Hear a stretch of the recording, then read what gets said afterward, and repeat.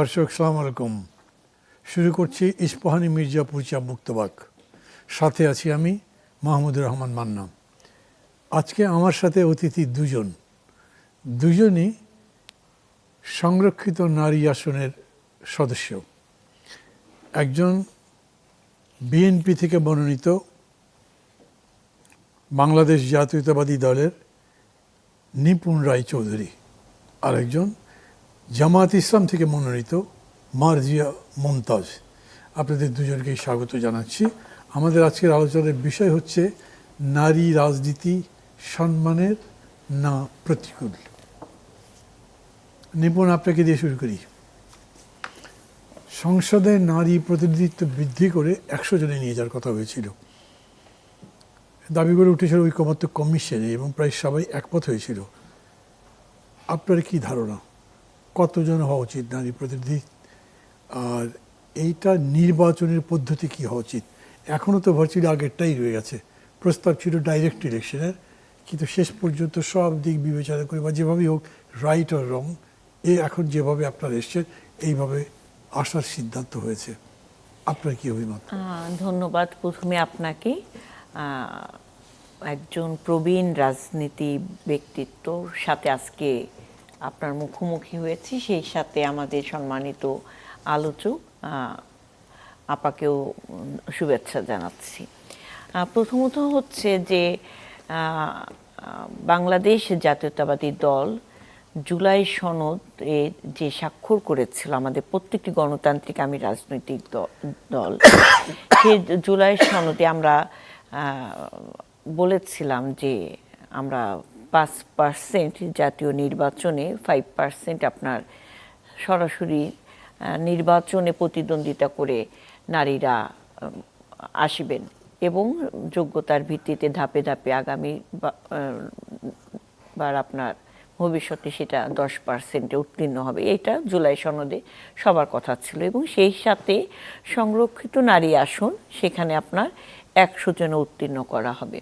হ্যাঁ, তো সেই বাস্তবতার আলোকে বাংলাদেশ জাতীয়তাবাদী দল পুরোপুরি 5% না দিলেও প্রায় 5% আপনার সরাসরি নির্বাচনে অংশগ্রহণ করেছে আমাদের বিএনপি থেকে নারী জনপ্রতিনিধিরা। হ্যাঁ, তো সেই জায়গায় বিএনপি কিন্তু তার প্রতিশ্রুতি বলেন, অঙ্গীকার বলেন, কিংবা নারীর ক্ষমতায়নের প্রতি যে অঙ্গীকার করেছে সেটা কিন্তু শতভাগ না হলেও 99% বলেন, 98% সেটাও ফুলফিল হয়েছে।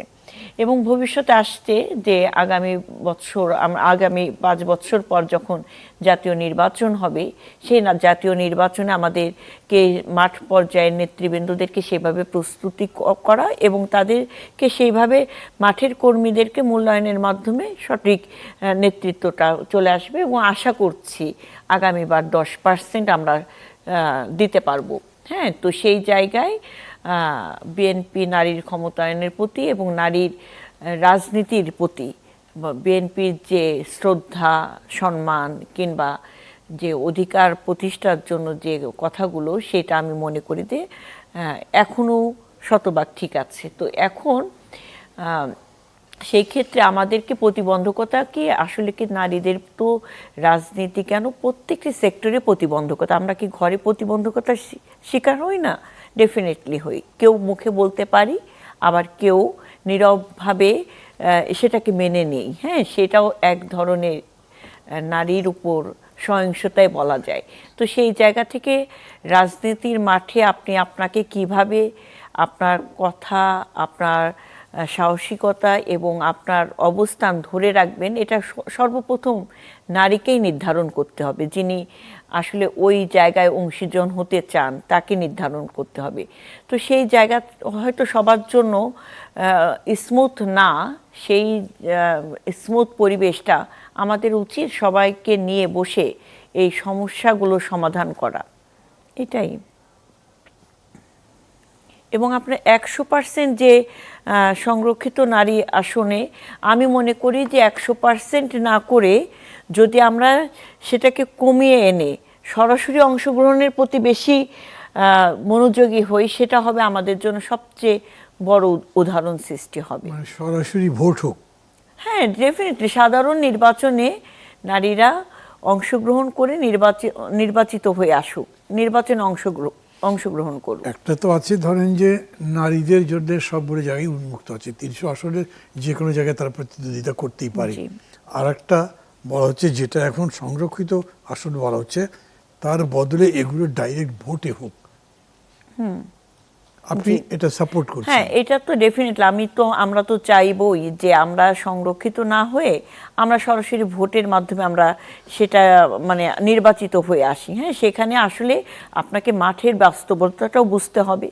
এখন আপনারা মুখে বলে দিলাম, কিন্তু মাঠের বাস্তবতা যদি সেটা না হয়, তো কেন একটা দল মানে যাকে দিলে সে বের হয়ে আসতে পারবে না, সেইভাবে যদি আমরা তৈরি করতে পারি সেটা শতভাগ ঠিক আছে, কিন্তু বাস্তবতার উপর নির্ভর করেই কিন্তু সিদ্ধান্তটা গ্রহণ হয় একটা দলের। তো সেই জায়গা থেকে আমি অ্যাপ্রিসিয়েট করি যে 5%, প্রায় 5% এবার আমাদের নারীরা সরাসরি নির্বাচনে অংশগ্রহণ করেছে। সে ধরনের দলের টিকেটে, হ্যাঁ ডেফিনেটলি দলের টিকেটে। কিন্তু আমাদের বিরোধী দল, অপোজিশন পার্টি, তারা কিন্তু একজনকেও আপনার নির্বাচনে অংশগ্রহণ করতে দেন নাই, কিংবা তারা টিকিটও দেন নাই। হ্যাঁ, তো সেই জায়গায় নারীর প্রতি বিএনপির যে সম্মান বলেন, ক্ষমতায়নের যে জায়গাটা, যেটা বিএনপি অঙ্গীকার করেছে, সেই অঙ্গীকার কিন্তু বাস্তবায়ন করেছে। কিন্তু জুলাই সনদে স্বাক্ষর করেও জামাত ইসলাম বলেন, তার শরিক দল সেই জায়গা থেকে সরে এসেছে। হ্যাঁ, এটাই আমি বলতে চাচ্ছি। মারদিয়া মুমতাজ, একই প্রশ্ন আপনার কাছেও। সংসদে নারীর প্রতিনিধিত্ব কত শতাংশ হওয়া উচিত? নির্বাচনের পদ্ধতি কি হওয়া উচিত? সরাসরি ভোটে নারী প্রতিনিধিত্ব নির্বাচনের ব্যাপারে জামাত ইসলামের কিন্তু সমর্থন ছিল না, কেন? আচ্ছা, আসসালামু আলাইকুম আপনাকে এবং সাথে যিনি আছেন মাননীয় সংসদ সদস্য, শ্রদ্ধা জানিয়ে শুরু করছি। প্রথম কথা হচ্ছে, জামাতের অসম্মতি ছিল না। জামাত বলেছে এবার পারছে না, এরপরের জন্য প্রস্তুতি নিচ্ছে। কোনটা পারছে না? নারী আসনে সরাসরি মনোনয়ন দেওয়ার জন্য, কোন নারীকে সরাসরি মনোনয়ন সেটা দেওয়ার তো জন্য। আপনাদের চয়েস, ওরা দিতে পেরেছে, আপনারা পারেননি। জি জি জি। এখানে আসলে বাংলাদেশের প্রেক্ষিতটা যদি আমরা চিন্তা করি, লজিক্যালি হিসাব করতে গেলে কিন্তু ওই 50% যেহেতু ভোটার নারী, তাহলে লিডারশিপে 50% অ্যাটলিস্ট নারী আসা উচিত। আসেন না কেন সেটা যদি চিন্তা করি, সেটার আমরা 3টা কারণ আছে বাংলাদেশে, আমার কাছে ওভারঅল মনে হচ্ছে। একটা হচ্ছে নারী অর্থের শক্তিতে পিছিয়ে যান, যে এই যে এনলেস পয়সা খরচ করা, মানুষকে দিয়ে কাজ করানো, এগুলো তো পয়সা লাগে আসলে, এইটা একটা।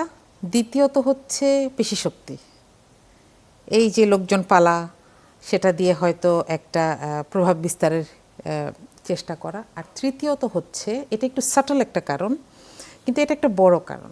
2001-এর একটা গবেষণা এটা প্রথমে আসে, এবং এরপরে এটার অনেকগুলো কাউন্টার গবেষণা হয়েছে, যে নারীকে আসলে রানী ক্ষমতায় থাকলে দুর্নীতি কম হয়। এবং এই জিনিসটা, বা যারা মনে করেন যে নারী ক্ষমতায় থাকলে এখানে আমি কোনো সুযোগ নিতে পারবো না, আমি আমার একটা লোক দিলে হয়তো আমি পারবো না, এবং এটা পরীক্ষিত, এটা অনেকগুলো গবেষণায় আসছে। কেন পারে না?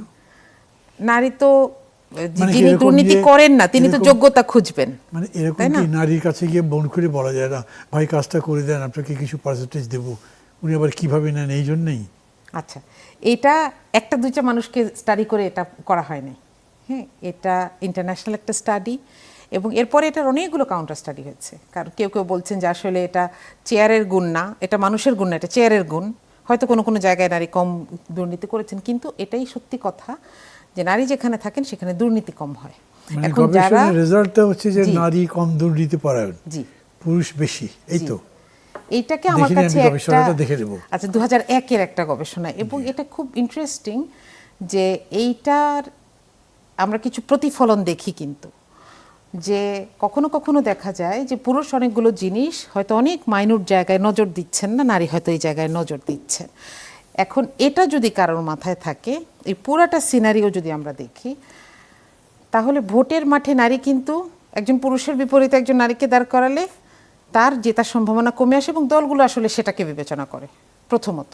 যে তাকে দিলে সে জিতে আসতে পারবে না, পারবে না, এটার থেকে সরাসরি দিতে পারছেন না। এখন যে কিছু কিছু জায়গায় জিতে এসেছেন, অবশ্যই সেটা অ্যাপ্রিসিয়েবল, কিন্তু তার সাথে সাথে অনেকগুলো জায়গায় তো দেওয়া যাচ্ছে না। কোথায় ভোটার 50% আর আমরা কোথায় 5% নিয়ে পড়ে আছি, তাই না? আমরা তো অনেক পিছান। এখন বাংলাদেশের মানুষ যেটা দেখে যে তার পিছনে লোক আছে কিনা, নইলে আমি ভোটটা দিলে তো এই ভোটটা নষ্ট হবে। সে ওই জায়গায় গিয়ে পাস্ট চিন্তা করে না, সে ভবিষ্যৎ চিন্তা করে যে আমি ক্ষমতাবানের সাথে থাকতে চাই। তাহলে এখানে আপনি যেটা বলছিলেন যে এই সমস্যাটা সমাধানের জন্য আমাদেরকে কিছু পদ্ধতি চিন্তা করতে হবে। মানে আপনি কি এখন এটা ঠিক মনে করেন যে মানুষ ক্ষমতাবানের সাথে থাকতে চায়? তাহলে আপনারা দীর্ঘ সময় যে প্রতিকূল অবস্থার মধ্যে ছিলেন, এমনকি ভোটের কয়েকদিন আগেও যে ব্যান ছিল দলটা, অ্যাক্টিভিটি ব্যান ছিল, রেজিস্ট্রেশন ক্যান্সেল ছিল, তারা এত ভোট পেলেন কিভাবে? কারণ যারা এই যে অ্যাবনর্মাল শক্তি প্রয়োগ, রাষ্ট্র ক্ষমতার প্রয়োগ করে অ্যাবনর্মাল শক্তি দেখানোর চেষ্টা করেছে, তারা তো উৎখাত হয়ে গেছে। তারা গেছে, কিন্তু যাদের সাথে আপনাদের কিন্তু প্রতিদ্বন্দ্বিতা, যারা ছিল তারা তো সবাই নির্যাতিত। এটাকে বলা যায় যে মোটামুটি একটা লেভেল প্লেইং ফিল্ড থেকে সবাই কাজ শুরু করেছে। তারা নির্যাতিত ছিল, তাদের নেতারা এক সারির নেতারা হয়তো আড়ালে চলে গেছেন, কেউ ফাঁসির কাঠে উঠেছেন, কেউ মারা গেছেন। তো এই যে একটা লম্বা সময় গেছে, এই দলগুলোকে বলা যায় যে 26-এর নির্বাচনে তারা মোটামুটি একটা লেভেল প্লেইং ফিল্ড থেকে শুরু করেছে। প্রত্যেককেই কিন্তু নতুন করে এক এক জায়গায় দেখা গেছে যে গিয়ে অফিসের তালা খুলছে। সেটাই যদি আপনি বলেন, তাহলে বিএনপি নারী প্রতিনিধি দিতে পারলো, আপনারা পারলেন না কেন? আচ্ছা, সেটাতে আসছে। তো ওইটা একটা অনেক বড় কারণ যে দলগুলো এই টেনশনে থাকে। আচ্ছা, জামাতের মতন একটি ধর্মীয় রাজনৈতিক দলের জন্য আসলে নারীকে নিয়ে সামনে এগিয়ে আসার যুদ্ধটা আরেকটু কঠিন, কারণ জামাত ধর্মচর্চা করে এবং কি বাধা দেয় নারীকে নিয়ে আসতে?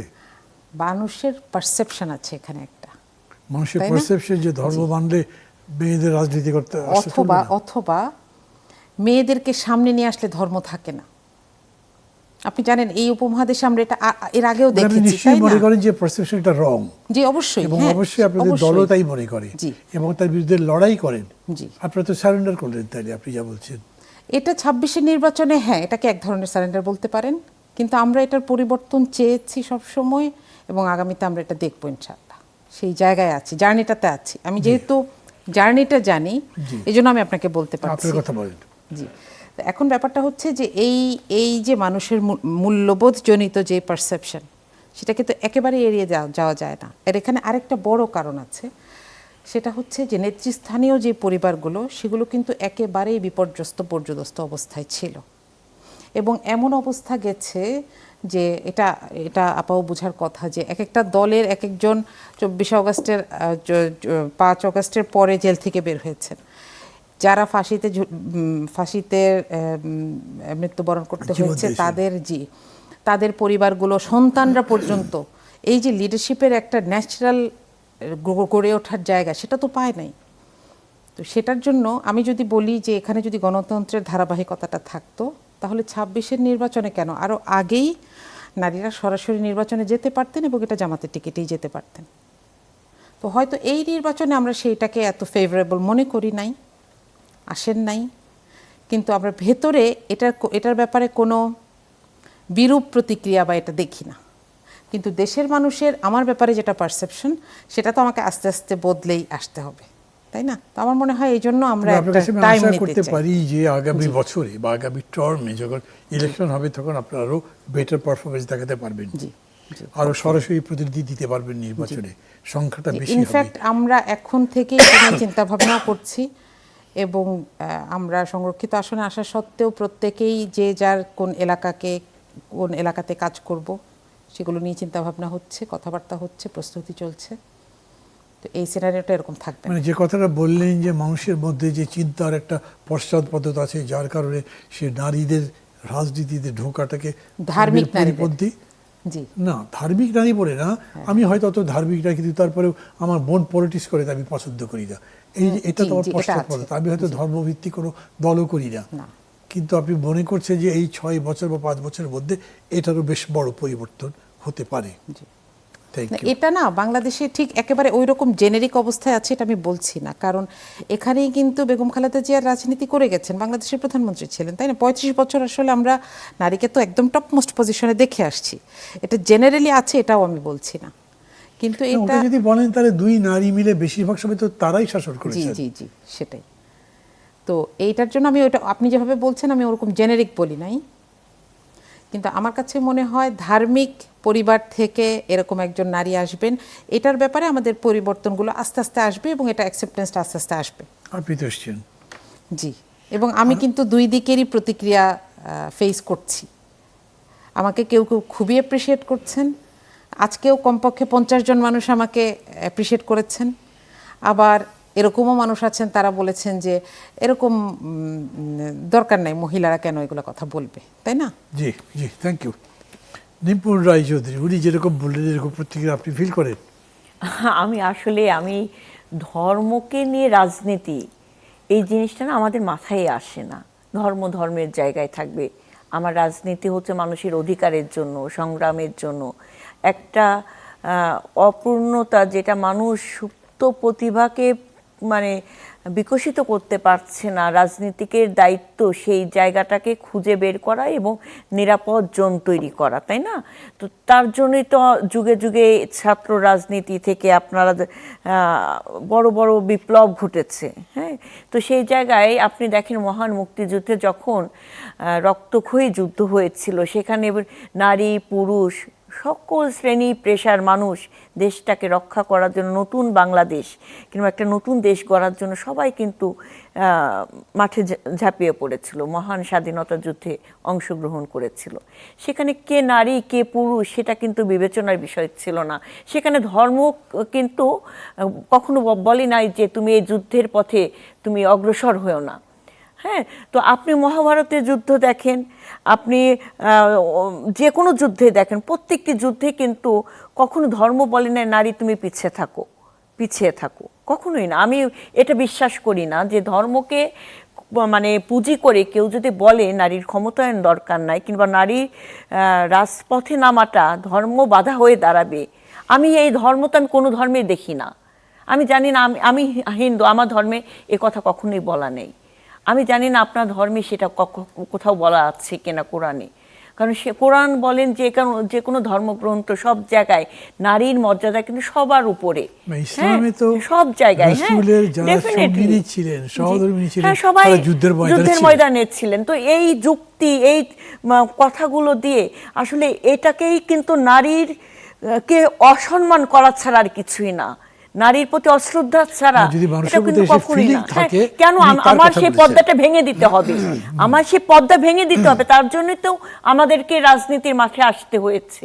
এই যে ছাত্র জনতার গণ অভ্যুত্থান দেখলেন আপনি, এখানে প্রথম সারিতে কারা ছিল? নারীরা ছিল। এই ক্ষেত্রটা তৈরি করেছে কারা? নারীরা সাহস করে এগিয়েছিল বলে পিছন থেকে কিন্তু আমার ভাইয়েরা তারা যুদ্ধটা করতে পেরেছিল, তাই না? তো সেই জায়গায় আমি আপা যে কথাটা বলেছেন, এটা একটা হতে পারে যে পুরুষ শাসিত সমাজ ব্যবস্থা, এটা নারীর জন্য বড় প্রতিবন্ধকতা। এবং আরেকটা বিষয় হতে পারে দীর্ঘ 17 বছর যে জুলুম, নির্যাতন, নিপীড়ন সাধারণ মানুষ এবং প্রত্যেকটি রাজনৈতিক দলের সাথে হয়েছে, সেই জায়গায় একটা নারী সাহস করে রাস্তায় দাঁড়াবে, এটা ছিল তার জন্য একটা বিভীষিকাময় অবস্থা। হ্যাঁ, তো সেই জায়গা থেকে অনেকে হয়তো পিছিয়ে গিয়েছে কিংবা ঘর কোনো হয়ে গিয়েছে, কিন্তু হ্যাঁ না, আমি শেষ করিনি। সেই জায়গায় অনেকে রাজনীতির ক্ষেত্রটা তৈরি করতে পারেনি, জামাত ইসলাম কিংবা অন্য কোনো রাজনৈতিক দল, যার কারণে তারা হয়তো সে প্রস্তুত করতে পারেনি বলে তারা সাধারণ নির্বাচনে অংশগ্রহণ করাতে পারেন। এটা একটা এক্সাম্পল ওনারা বলতে পারেন, কিন্তু আমি ধর্মকে ব্যবহার করে নারীকে পিছিয়ে দেব, এটা তো কোনো যুক্তি হতে পারে না। যেমন ওনাদের নির্বাচনী প্রচারণায় আমির সাহেব যে বক্তব্য দিয়েছিলেন, আমরা নির্বাচিত হলে নারীর কর্মঘণ্টা কমে 8 ঘন্টার জায়গায় 5 ঘন্টা করব। আপনি কে বলেন আমি কয় ঘন্টা কাজ করব কি করব না? আপনি নির্ণয় করার একজন মালিক হলেন। আপনাকে সে অধিকার কে দিয়েছে? কোন নারী দিয়েছে? আপনি কি সমগ্র বাংলাদেশের নারী সমাজের কাছে শুনেছেন যে আপনি কর্মঘণ্টা কম চান কিংবা বেশি চান, আপনি একটা সিদ্ধান্ত দিয়ে দিলেন। এটা কি কোনো গণতান্ত্রিক ধারার রাজনীতি নেতার বক্তব্য হতে পারে? এটা তো পুরো নারী সমাজের পায়ের শিকল পরানোর একটা সূক্ষ্ম কৌশল ছিল। আপনি প্রত্যেকটা ঘরে ঘরে আপনারা নির্বাচনী প্রচারণায় জান্নাতের টিকিট বিক্রি করলেন। মানে কি আপনি কি ধর্মকে পুঁজি করে জান্নাতের টিকিট দেওয়ার মালিক আমি হতে পারি, আপনি হতে পারেন? এটা তো সেই জায়গায় আমাদের কাজ করতে হবে। কিন্তু এই কথা একবারও বলেননি যে ওনাদের দল এটা মনে করছে। না না না না না, আপাকে আপা যুক্তি বলেছে। হ্যাঁ, আমি তো আমার যুক্তি দিয়ে আমি তো সেটা খণ্ডন করব। সেটা হচ্ছে যে আমরা নারীরা যদি মনে করি যে আমার নিয়ন্ত্রক আমি নিজেই, তখন আমার কোনো বাধা থাকতে পারে না। হ্যাঁ, অনেক প্রতিকূল পরিবেশ আসবে। আপনি যখন উপরের দিকে উঠবেন তখন আপনার প্রতি সমালোচনা, আপনাকে যখন নিয়ন্ত্রণ করতে পারবে না, তখন অনেকে অনেক অশ্রাব্য কথা দিয়ে আপনার পথ রুদ্ধ করতে চাবে। এখন আপনাকে নির্ণয় করতে হবে আপনি কি ওই ভয়ে ভীত হয়ে ঘরকোনো হয়ে যাবেন, নাকি আপনি আরও সাহস আর প্রত্যয় নিয়ে রাজনীতির মাঠে বলেন, যে কোনো যুদ্ধের মাঠে বলেন, কিংবা পেশাদারিত্বের জায়গায় আপনি এগিয়ে যাবেন সাহসিকতার সাথে। এটা নির্ণয় করতে হবে নারীকেই। তো সেই জায়গায় আমি বলবো যে আমরা যারা নতুন দায়িত্ব গ্রহণ করেছি মহান জাতীয় সংসদে, এই বাংলাদেশে প্রত্যেকটি নারী এবং তরুণীরা যারা আমাদের আগামীর ভবিষ্যৎ, তারা কিন্তু আমাদের দিকে তাকিয়ে আছে।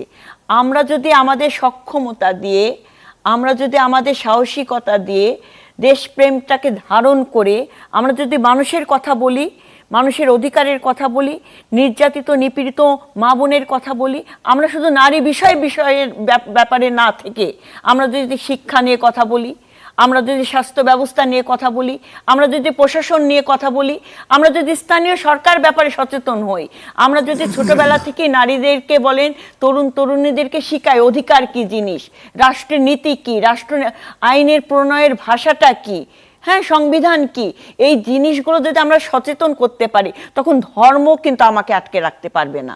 তো সেই ধর্মের যে মানে কথা দিয়ে যে নারীর পায়ে শিকল পরানো, এই শিকল আমাদের ভাঙতে হবে এবং নারীদেরকে নিয়ে আমাদেরকে এগিয়ে যেতে হবে। সিদ্ধান্তের টেবিলে নারীরা হবে, এটাই হবে আমাদের আগামী স্লোগান। দর্শক, আবার আমন্ত্রণ জানাচ্ছি ইস্পাহানি মির্জাপুর চা বক্তব্যকে।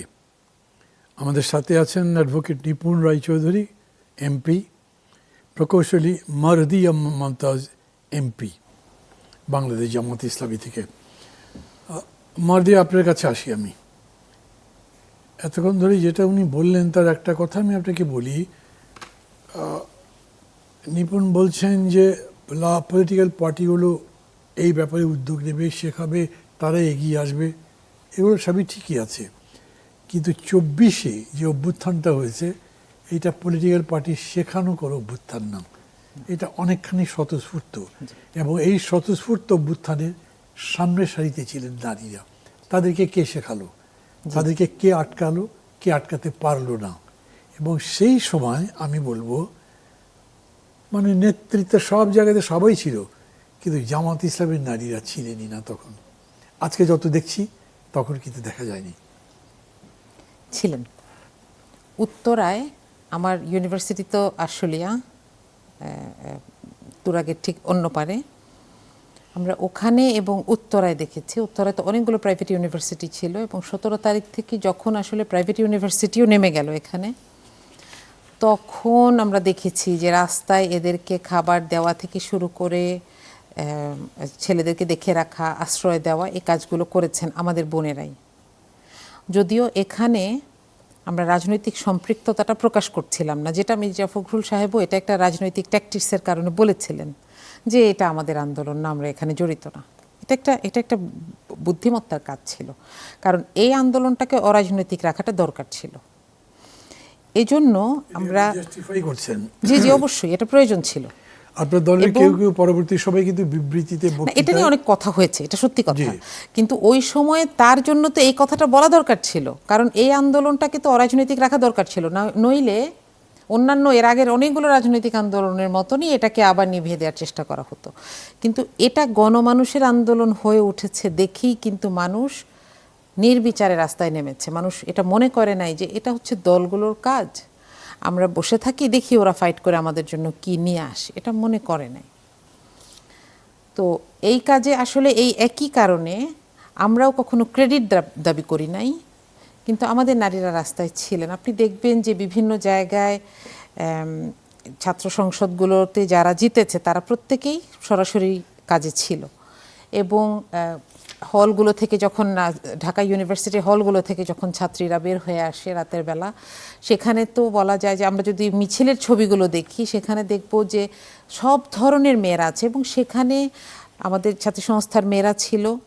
এবং একেবারে 5 অগস্ট পর্যন্ত প্রত্যেকটা কর্মসূচিতে মহিলাদের অবদান ছিল। কেউ পয়সা দিয়ে সাহায্য করেছেন, কেউ নিজেরা এসে সাহায্য করেছেন।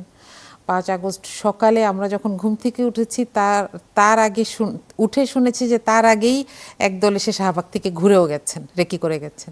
তো আমি বলবো যে এই জায়গাটা আসলে এটা সত্যি কথা যে নারীরা সামনে ছিলেন, কিন্তু কোন নারীর কী দল ছিল এটা যদি যাচাই করতে যাই তাহলে আমি এখানে কোনো দলকে ছোট করব না, কোনো দলকে বড় করে দেখাবো না। তবে আমি আমার জানা মতেই বলছি এখানে অংশগ্রহণ ছিল, এবং আমাদের উপরে এইটুকু ইনস্ট্রাকশন ছিল যে আপনাদের যেটুকু আছে সেটা দিয়ে সাহায্য করেন। আমরা হয়তো কেউ এলাকায় কাজ করেছি, পয়সা দিয়েছি বা এদেরকে খাবার দেওয়ার চেষ্টা করেছি, কারণ আমি নিজেও একটা প্রতিষ্ঠানের কাজ করি, যেহেতু সেখানে কোনো বাধার সম্মুখীন হয়নি, মানে সামাজিক বাধা যেটাকে বলে না, সেরকম হয়নি। আপনি একটু আগে যেরকম বলছিলেন সেরকম কিছু দেখা যায়নি। আমি 2টা কথা বলেছি। একটা কথা হচ্ছে যেটা এখন বলেছি যে রাজনৈতিক আন্দোলনে অংশগ্রহণ করা, আরেকটা হচ্ছে রাজনৈতিক লিডারশিপে নারীর যাওয়া এবং নির্বাচনের প্রসেসের মধ্য দিয়ে। দুটার মধ্যে পার্থক্য আছে, এটাই বলেছি। বোঝা গেছে। মানে এখন ধরেন এই যে রাজনীতির মধ্যে আপনারা ঢুকছেন বা আস্তে আস্তে তো বাড়ছে, ব্যাপারটা অনেক উপরে হয়ে গেছে। আপনি যেরকম কথা বলছেন তাতে আপনি মনে করেন যে মানুষের যদিও ভিন্ন রকম প্রতিক্রিয়া আছে, কিন্তু তারপরেও আমরা এটা বাড়াবার চেষ্টা করছি, আগামীতে এটা বাড়াবার সম্ভাবনা। এই স্কোপটা কতখানি দেখছেন আপনি? এই স্কোপটা আসলে একটা নির্বাচনের আগে ঠিক আমি বলতে পারছি না, কিন্তু আমার কাছে মনে হয় যে এটা আগের থেকে অনেকখানি পরিবর্তন হয়েছে। কারণ শুধু সোশ্যাল মিডিয়ায় তো সবটুকু না, মানুষের পারসেপশনের সবটুকু না। আমি যখন মানুষের সাথে কথা বলি বা মানুষের কাছে যাই, মানুষ আমাদের কাছে আসছেন, সেখানে অত্যন্ত উৎসাহব্যঞ্জক কথা থাকে। এখন হয়তো আপনাদের মতন অভিজ্ঞ হতে হতে আরও কিছু ফেস দেখব মানুষের, আরও কিছু বুঝতে হবে, কিন্তু এটাই তো সত্যি কথা, তাই না? যে এগুলো তো আসলে প্যারামিটার না। নির্বাচনে যাওয়া মানেই একজন নারী জিতে আসবেন সেটাও না। অনেক পুরুষও তো হেরে যাচ্ছেন, তাই না? ঠিক 300 জনই তো হেরে গেছেন অ্যাটলিস্ট, যদি প্রত্যেকটা আসনে 2 জনও দাঁড়ান। কিন্তু এই যে অভিজ্ঞতাটার মধ্য দিয়ে যাওয়াটা জরুরি। তাহলে হয়তো আমি শিখবো, আমার সন্তানকে সেটা কাজে লাগাতে বলবো, আমার ছোট বোনকে সেটা কাজে লাগাতে বলবো, বা আমার উত্তরসূরিকে সেটা শিখিয়ে যেতে পারবো।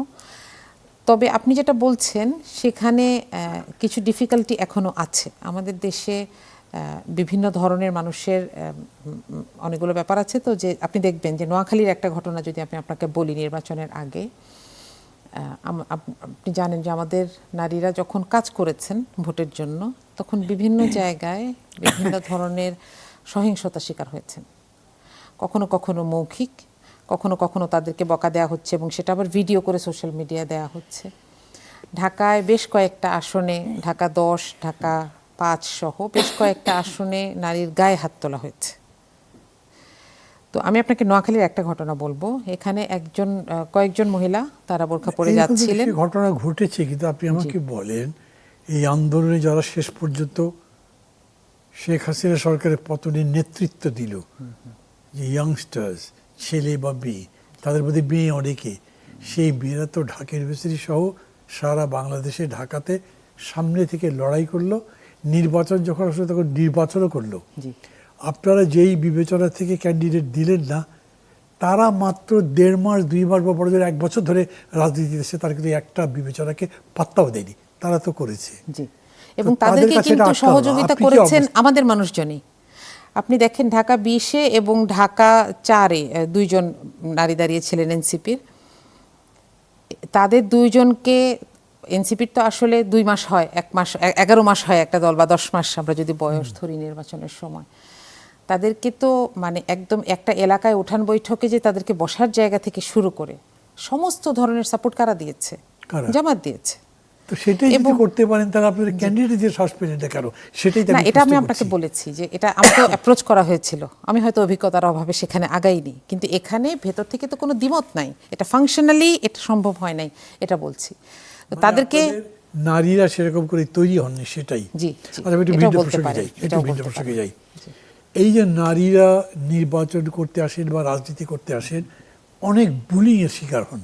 জি, এটা সম্পর্কে কি বলবেন? কারণ আপনাদের নামে অভিযোগ আছে যে এই বট বাহিনীতে আপনাদের বহু সদস্য যুক্ত আছে। জি, 2013 থেকে আমি জামাতের রাজনীতির সাথে যুক্ত, কিন্তু আমি আসলে এরকম কোনো বাহিনীর অস্তিত্ব ভিতরে দেখি নাই কখনো। আবার আরেকটা সত্যি কথা হচ্ছে, আপনি যদি আজকে আমার নাম দিয়েও সার্চ করেন, তাহলে আমার নামে এআই দিয়ে বানানো বিভিন্ন রকমের ছবি, যেটা আমার পার্সোনালিটির সাথে যায় না, বিভিন্ন ধরনের ভিডিও, বিভিন্ন মানুষের সাথে ছবি, বিভিন্ন মানুষের সাথে ভিডিও, এবং সেগুলো খুব শ্লীল না, এটা আছে। তো সুতরাং আমাদের একটা সমস্যা হচ্ছে কি জানেন, আমরা এই যে অনলাইনে কেউ আমাদেরকে হ্যারাস করছে বা নারীর ইমেজকে খাটো করার চেষ্টা করছে, আমরা এই সমস্যাটাকে সমস্যা হিসেবে দেখি নাই, আমরা এটাকে দেখেছি রাজনৈতিক প্রতিপক্ষের দোষ হিসেবে। এটার কারণে আমার প্রতিপক্ষকে কেউ যখন ছোট করে এবং সেটা এসে আমার কাছে বলে আমার দলের, আমি হয়তো সেইটাতে আপত্তি করি না, কিন্তু আমি এটা বারবার বলেছি, এবং আমরা জামাত ইসলামীর পেজ থেকেই আমরা নির্বাচনের আগে সেপ্টেম্বর মাস থেকেই এই ব্যাপারে কঠোরভাবে কথা বলা হয়েছে। আপনি দেখবেন যে, এবং এটা ভেরিফাইড পেজ থেকে আসছে, যে আপনারা এইটা করে মনে করবেন না যে আপনি দলের উপকার করছেন। এই জায়গাটা আমাদেরকে আসা দরকার, যে আমরা সবাই একদিকে এবং যারাই অন্যায়গুলো করছে তারা আরেকদিকে। আমার কাছে কেউ যদি আসে যে জাইমা রহমানের একটা খুব বাজে একটা ছবি এডিট করে সে বানিয়ে আমার কাছে এসেছে, আমি তো তাকে অ্যাপ্রিশিয়েট করব না। আমরা ওই আইডিটা তো জায়গাটায় আপনি চেনেন নাকি চেনেন না? কি আইডিটা এটা আপনি চেনেন মানে চেনেন না? এই জাইমা রহমানের ছবি বলে বলছি না, জি, জি। এই বট বাহিনীর নামে বা এই পরিচয় যারা যারা করছে, সেই আইডি গুলো লোকেট করে তাদেরকে পানিশ করা বা তাদেরকে clean অবশ্যই করার উচিত। চেষ্টা করেছেন অবশ্যই আপনারা? উচিত। করছেন এখন? করা হচ্ছে, এবং কেউ কোনো নেতা কর্মীকে যদি এটা পাওয়া যায় তার ব্যাপারে ব্যবস্থা নেওয়া হয়, এটা কখনোই অ্যাপ্রিশিয়েট করা হয় না। আমার ব্যাপারেও এখন দেখেন, পর্যন্ত পত্রপত্রিকায় আমরা এরকম কিছু দেখি নাই যে বট বাহিনী বলে কারোর বিরুদ্ধে আপনারা কোনো ব্যবস্থা নিয়েছেন। না, কারণ বট বাহিনী নাই, না, বট বাহিনী এটাই তো আছে। বড় না, বট বাহিনী নাই, বট বাহিনী নাই? না, কখনোই ছিল না। আপনি বলেন আপনার কখনোই দলের ছিল মধ্যে না। নাই বলতে পারি, কিন্তু বট বাহিনী মানে যারা এগুলো আমি আমার করছে- দলের কথা বলছি, জি, না, না, জি, আপনার জি, আমি দলের কথা বলছি। আমি বলছি। বলছি যে বট বাহিনী মানে যারা করছে তারা তো আছেই, তার বিরুদ্ধে একটা লড়াইও আছে। বিএনপি বলতে চাচ্ছে বা অন্যরাও বলছে যেগুলো আপনারা করছেন, কারণ তাদের পরিচয় দিয়ে তারা করে। আপনারা তাদেরকে ক্লিন করবেন, ক্লিনজিং করবেন এবং নিজের দলটাকেও ফ্রেশ করবেন, পরিবেশটাকেও ভালো করবেন। দল ফ্রেশ আছে। এগুলো কারা করছে আমি বলি, এখানে যে মোটিভটা থাকে মানুষের সেটা হচ্ছে রিচ পাওয়া। যে এই একই আইডি আজকে আমার ছবি বিকৃত করে প্রকাশ করেছে, আমি গিয়ে দেখি 2-3 মাস আগে তার ওখানে বিএনপির একজনের ছবি বিকৃত করে প্রকাশ করা। কিন্তু আমরা যখন অন্য দলেরটাতে আমি খুশি হচ্ছে, আমি শেয়ার দিচ্ছি, দেখেন কি হাসি আসছে, কিন্তু আমার দলেরটা আসলে আমি খুব কনসার্ন হয়ে যাচ্ছি, এইটাতেই এরা আশ্রয় পায়। আমি বুঝাতে পারছি, তাই না? নিশ্চয়ই, জি। এই জন্য আমরা সমস্যাটাকে আলাদা করে দেখছি না, আমরা এটাকে রাজনৈতিক প্রতিপক্ষ মনে এই করছি। সমস্যাটা কমন, নারীর সমস্যা একেবারে নারীরই। সেটাই। এটার মধ্যে আসলে বিএনপি, জামাত বা আওয়ামী লীগ এটাই নাই। বলতে চাচ্ছি, জি। এখানে আমরা সেই এক জায়গায় বোধটা এসে দাঁড়াতে আমাদের পারছি মধ্যে না তো। হয়নি। জি, আমি আপনাকে বলি, আমি 4টা আইডিকে গতকাল ডিটেক্ট করলাম।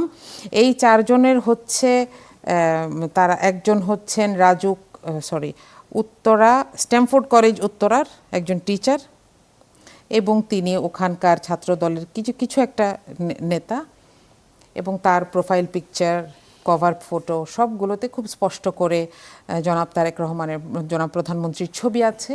এবং আমি তার সেই কমেন্ট, এবং উনি কমেন্টে খুব অশ্লীল একটা কমেন্ট করেছেন আমাকে, এবং সেটা ছবি নিয়ে আমি সেটা তার কলেজের প্রিন্সিপালের নাম্বার গুগল থেকে বের করে তাকে হোয়াটসঅ্যাপে পাঠালাম। আগে জিজ্ঞেস করেছি যে আপনি প্রিন্সিপাল কিনা, আপনার কলেজের এক টিচার আমার সাথে এই আচরণ করেছে, আপনি একটু দেখবেন। আমি জানি না উনি কী ব্যবস্থা করছেন, কিন্তু আমার কথা হচ্ছে, আমি কিন্তু এখানে আমি যদি উঠে এরপর বিএনপিকে গালিগালাজ করা শেষ করি, সমস্যাটা তো শেষ হবে না। সমস্যাটা একটা ব্যক্তির যে মনে করছে যে আমার বিকৃত মানসিকতাটা আমি একটু এখানে চরিতার্থ করি। আমরা সমস্যাটাকে দেখতে পারা উচিত। একইভাবে কেউ যদি বিএনপির কাউকে ছোট করেন, আমি বলবো তাকে অবশ্যই শাস্তির আওতায় আনা উচিত। এবং আমাদের দেশে আমি খুঁজে দেখেছি এই যে সাইবার বুলিং বা সাইবার ক্রাইমের রিপোর্টের জায়গাগুলো ক্লিয়ার না। আমরা জানি না কোথায় রিপোর্ট করব, কোনখান থেকে আমরা একটু বিচার পাবো। জি, থ্যাংক ইউ। নিপুণ রায়চৌধুরী, আপনি যদি এই ব্যাপারে কিছু বলতে চান বলবেন, কিন্তু আপনার কাছে আমার প্রশ্নটা হচ্ছে মানে সব কিছু শোনার পরই আমি ওনাকে যে প্রশ্নটা করেছিলাম সেটা আপনাকেও করছি। আপনি আপনার জায়গা থেকে কাজ করছেন, আপনার দল এখন ক্ষমতায় আছে, আগের তুলনায় আপনার অতীত সম্পর্কে আমরা সবাই কম বেশি জানি, যারা জানে না দর্শক আমি মনে করি তারাও জানে। এখন আপনি কি মনে করছেন জাতীয় রাজনীতিতে নারীদের অংশগ্রহণের, নেতৃত্ব দেওয়ার বা নীতি নির্ধারণের জায়গায় যাওয়ার স্কোপ কতখানি বেড়েছে কমেছে পরিবর্তিত পরিস্থিতিতে? এখন যেটা আছে বাংলাদেশের জাতীয় রাজনীতিতে নারীর ভূমিকা কতখানি ভালো, বড়, মহৎ হতে পারছে? আমি এটাকে পজিটিভলি দেখতে চাই। হ্যাঁ, কারণ কি আপনার অনেক নেগেটিভ গল্পের ভিতর কিছু যদি আপনি পজিটিভ গল্পকে যদি সামনের দিকে না নিই তাহলে আমরা কিন্তু এগোতে পারবো না। হ্যাঁ, তো সেই জায়গায় একটা ধর্মভিত্তিক রাজনৈতিক দল যারা মনে করে যে নারী রাজনীতিতে আসা মানে এটা ঠিক না, হ্যাঁ, তো সেই দল থেকেও যখন সংরক্ষিত নারী আসনে ইঙ্গিত করছেন, না না না, আমি বিরোধী দলের কথাটাকে উপস্থাপন করে বলছি, এটা ইঙ্গিত না, এটা সরাসরি বলছি। হ্যাঁ, তো সেই আমি পজিটিভ থিঙ্কিংয়ে বলছি। তো সেই জায়গা থেকে আপনার সংরক্ষিত নারী আসনে 12 জনকে মানে জোট থেকে 13 জন 12 জনকে আর কি ওনারা মনোনীত করেছে। আপনি কি মনে করেন না এটা আমাদের নারী সমাজের জন্য একটা বিরাট প্লাস পয়েন্ট, অগ্রগতি? ডেফিনেটলি। তো সেই জায়গাকে আমি ওই যে বললাম না অনেক নেগেটিভ, এটা জামাত কেন আপনি শুধু বলবেন, এটা যারা ধর্মকে মানে বিক্রি করে চলে, যারা শুধু ধর্মকে পুঁজি করে চলে, কারণ জামাত শুধু না, আপনার অনেক মানে ধর্ম অন্ধ ব্যক্তিরা আছে না, তাদের জন্য তো একটা বড় সাহসের জায়গা যে আমাদের নারীরা এখন সংসদে আছে, আমাদের নারীরা আমাদের কথা বলবে, তাই না? যারা ধর্মকে পুঁজি করে চলে কিংবা ধর্মভীরু যেসব মানুষ আছে তাদের জন্য একটা বড় একটা প্লাস পয়েন্ট। তার সাথে আপনি দেখেন এই পুরো পার্লামেন্টে যারা যাচ্ছেন এই সংরক্ষিত মহিলা সংরক্ষিত আসনে, একদম প্রবীণ থেকে শুরু করে নবীন পর্যন্ত কিন্তু এখানে অংশগ্রহণ করছেন। হ্যাঁ, এখানে আমরা জুলাই গণ অভ্যুত্থানে যারা অংশগ্রহণ করেছে তাদের প্রতিচ্ছবি এখানে আছে। আমি একটা কথা বলি, আমি আপার যে কথাটা বলছে, আপনি যেটা বলেছেন যে জামাত ইসলামের নারীরা জুলাই গণ অভ্যুত্থানে অংশগ্রহণ করেনি, আমি না এটা একমত না। হ্যাঁ, কেন না, কারণ এই জুলাই দেখেন না, আমি সেটাই বলছি, ওটাই আমি একমত না। হ্যাঁ, সেটা আমি ওই জায়গাটা একটু ক্লিয়ার করি। কারণ এই জুলাই গণ অভ্যুত্থানে যে কয়জন নারী গ্রেফতার হয়েছিল তার মধ্যে আমি কিন্তু একজন ছিলাম। তো আমি যখন কাশিমপুর কারাগারে গিয়েছি তখন আমার গ্রেফতারের 7 দিনের মাথায় 2 জন জামাত ইসলামী করে, কিন্তু সরাসরি পদধারী কোনো নেত্রী না, কিন্তু জামাতের সাথে তারা অংশীজন। হ্যাঁ, তারাও কিন্তু গ্রেফতার হয়ে কিন্তু গিয়েছে। হ্যাঁ, তো আমরা যদি স্বীকার না করি, আমরা যদি বাস্তবতাগুলোকে সামনে না আনি, তাহলে আমরাই কিন্তু একজন আরেকজনের পথে বাধা হয়ে দাঁড়াবো। হ্যাঁ, তো সেই জায়গায় সেই জায়গায় আমি বলতে চাই যে আসলে আমাদের নারীর ক্ষমতায়ন কিভাবে হবে, রাজনীতিতে নারীর অংশগ্রহণ কিভাবে আমরা বাড়াতে পারবো, এটা আমাদের সক্ষমতার উপর ডিপেন্ড করবে, আমাদের সক্ষমতার উপর। কারণ আমরা হচ্ছে সারা বাংলাদেশের কয়েকজনের মধ্যে একজন হব, তাই না? আমরাই যাচ্ছি সংসদে বাংলাদেশের 52% ভোটারের কণ্ঠস্বর হয়ে আমরাই হব বাংলাদেশের অর্ধেক জনসংখ্যার প্রতিনিধি হয়ে কথা বলবো। সেই জায়গায় আমরা কেন নারী বিষয়ে মানে কথা শুধুই বলবো, সেখানে আমরা সব বিষয়ে তুলে আনবো, আমাদের সক্ষমতা দিয়ে, আমাদের মেধা দিয়ে, আমাদের সাহসিকতা দিয়ে। আজকে যারা হিজাবের আড়ালে সামনে আসতে পারছে না, একদিন দেখবেন এই নারীরাই মানে খুব এই হিজাব পরিধান করে যুদ্ধের ময়দানে, রাজনীতির ময়দানে তারাও ভূমিকা রাখবে। আমি একটা জিনিস বলতে চাই যে এখন সবাই তো সচেতন, তো সচেতনতার জায়গা থেকে বিএনপির যে নারীর প্রতি, নেতৃত্বের প্রতি, যেমন আমি জেলা বিএনপি সাধারণ সম্পাদকের দায়িত্ব পালন করছি, ঢাকা জেলার মতো একটা গুরুত্বপূর্ণ ইউনিটি, সেখানে আমার দল বিবেচনা করেনি আমি নারী নাকি আমি মাইনরিটি নাকি আমি পারবো না।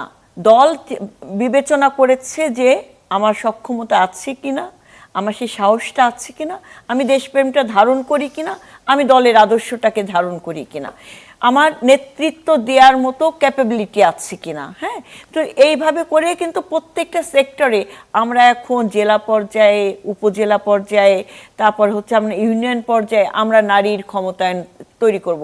তো আমি প্রত্যাশা রাখি আমাদের বিরোধী দল যে আন্তরিকতা নিয়ে নারীর প্রতি আমরা এখন এগোচ্ছি, এই ধারাবাহিকতাটা যদি আমরা ধরে রাখি, আমরা যদি একজন আরেকজনকে গ্রহণ করি, আমার মনে হয় আমরা আমাদের যে প্রতিবন্ধকতাগুলো আছে সেগুলো আমরা আপনার কাছেই থাকবো। আপনি নিজেই যেতে বলেছেন, প্রথম কথা হচ্ছে আপনি যেটা বলেছেন এটা আমি মনে করি যারা শুনেছেন তারা সবাই অ্যাপ্রিসিয়েট করবেন, কিন্তু তার সাথে সাথে আমি বলছি আপনি যেরকম করে আরো বৃহত্তর আঙ্গিকে গেছেন সেদিকে একটু নজর দিতে চাই। এই অধিবেশন তো আপনি যেতে পারেননি, কিন্তু পরবর্তী অধিবেশন তো যাবেন। এই অধিবেশনের ব্যাপারটা দেখেছেন, এই অধিবেশনে গণভোট, অধ্যাদেশ, জুলাই সনদ দিয়ে বেশিরভাগ আলোচনা হয়েছে। প্রথম অধিবেশন নিয়ে আপনার মূল্যায়ন কি? অনেক বিতর্ক হয়েছে, আমি কথা শেষ করি। বিশেষজ্ঞদের কেউ কেউ বলেছেন 24-এর অভ্যুত্থানের মধ্যে দিয়ে সংস্কারের যে জন আকাঙ্ক্ষা তৈরি হয়েছিল, সরকারে গিয়ে বিএনপি তার বিপরীত অবস্থান নিয়েছে। আপনি বলেন। প্রথমে তো আপনার সময়ের ব্যাপারে একটু খেয়াল রাখতে হবে। আমি খুব শর্টে শেষ করে দেব। খুব শর্টে লাগবে না, আপনি অন্তত 4 মিনিট একটা করে বলতে পারবেন। আচ্ছা, আমি প্রথমত আমি মাননীয় প্রধানমন্ত্রীকে ধন্যবাদ জানাতে চাই। তিনি যে একটা দূরদর্শী রাজনীতির প্রতিফলন ঘটিয়েছেন, সেটা হচ্ছে ফ্যাসিস্ট সরকারের সময় যে মহামান্য রাষ্ট্রপতি নিয়োগ হয়েছিলেন, তিনি এই মহান জাতীয় সংসদে তিনি বক্তব্য রেখেছেন এবং তার বক্তব্যের মাধ্যমে বিগত ফ্যাসিস্ট সরকারের আমলে যে ঘটনাগুলো, গুম, খুন, হত্যা, হ্যাঁ, নির্যাতন, নিপীড়ন এবং রাজনীতিক ব্যক্তিদের উপর যে সহিংসতা, সেটা তিনি খুব সুন্দরভাবে উপস্থাপন করেছেন। আপনার জুলাই গণ অভ্যুত্থানের যে একটা পরিবর্তিত একটা বাংলাদেশ গড়ে উঠেছে, সেটাকে তিনি ওয়েলকাম করেছেন এবং জনগণের ভোটে নির্বাচিত বর্তমান এই সরকার সবাইকে তিনি স্বাগত জানিয়েছেন। অর্থাৎ আমি এটা কিন্তু রেকর্ডেড হয়ে থাকলো, তাই না? তো এই জায়গায় আমি অবশ্যই মাননীয় প্রধানমন্ত্রীকে ধন্যবাদ জানাই যে এত যুগান্তকারী একটা পদক্ষেপ গ্রহণ করেছেন এবং জুলাই গণ অভ্যুত্থানের পুরোটাই বাংলাদেশ জাতীয়তাবাদী দল ধারণ করে। হ্যাঁ, সেই ধারণের জায়গা থেকে দেখেন মাননীয় প্রধানমন্ত্রী তিনি জুলাই সনদে যখন স্বাক্ষর করেছিলেন আমাদের বিএনপি সহ সকল রাজনৈতিক দল, তখন কিন্তু ওইখানে ছিল যে সংস্কারে আমরা চাই যে ডেপুটি স্পিকার আমাদের বিরোধী দল থেকে আসবে। হ্যাঁ, তো সেই জায়গায় আমাদের দল থেকে সংসদ নেতা বিরোধী দলকে অ্যাপ্রোচ করেছিলেন এবং তিনি মনোনয়নের জন্য তাদেরকে নাম দেওয়ার কথা বলেছেন, কিন্তু ওনরা নাম দেন নাই। হ্যাঁ, তো সেই জায়গায় ওনরাই কিন্তু লঙ্ঘন করলো জুলাই। আমি হ্যাঁ গণভোট অধ্যাদেশ আমি এটা বলছি, দেখেন গণভোটে যে 4টি বিষয় আসছে, হ্যাঁ, সেই 4টি বিষয়ে প্রথমটা কটা কিন্তু আমরা সবাই মেনে নিয়েছি এবং সেখানে আমাদের কোনো দ্বিমত নাই। আমরা এই সরকার এই গণভোটে যে 4টি বিষয়, 4টির মধ্যে ক, গ এবং ঘ, এই 4টির পক্ষে কিন্তু এই সরকার আছে এবং খতে যে বিষয়টা আছে আমি একটু আপনাকে ক্লিয়ার করি, কারণ এটা আমাদের ক্লিয়ার করা দরকার আছে। এক মিনিট, আপনার খতে যে বিষয়টা আছে সেই বিষয়ে আপনার বলা আছে যে সেখানে